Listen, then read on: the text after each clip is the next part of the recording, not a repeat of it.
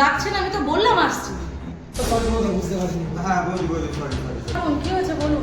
পুজোর চাঁদাটা দিন, পুজোর চাঁদাটা এবার দিন। মাননীয় তো বলেই দিয়েছেন যে পুজোটা এবার হবে, উৎসবে ফিরে আসার জন্য বলেছেন। ও মা জন্মে তো বলেই দিয়েছেন আনন্দে মেতে উঠতে। মা জননীটা কি? কেন আমাদের পরম পূজনীয় হচ্ছে হ্যাঁ দিন চাঁদাটা দিন। দিয়ে দিন দাঁড়িয়ে দিন, দাঁড়িয়ে আছে। টাকা দিচ্ছি, কিন্তু আমার একটা শর্ত আছে। কিসের সঙ্গে? এবার পুজোতে মা দুর্গার পাশাপাশি আমার বোনের ছবিও রাখতে হবে। কে বোন? আমাদের সবার যে বোন পুজোত্তম, তার ছবি রাখতে হবে। এগুলো কোনোদিন সম্ভব না, এগুলো করা যায়? কেন করা যায় না কেন?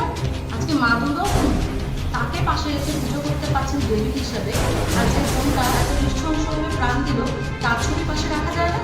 টাকাটা দিন না, দেরি যাচ্ছে, আমি অনেক জায়গা যাই। এখন হয়ে গেছে। চলো চলো চলো। দাঁড়া, আজকে প্যান্ডেলে অষ্টমীর অঞ্জলির সময় আমরা সবাই মিলে যদি একটাই শট করি, জাস্টিস ফর আরজি কর, তখন কি হবে?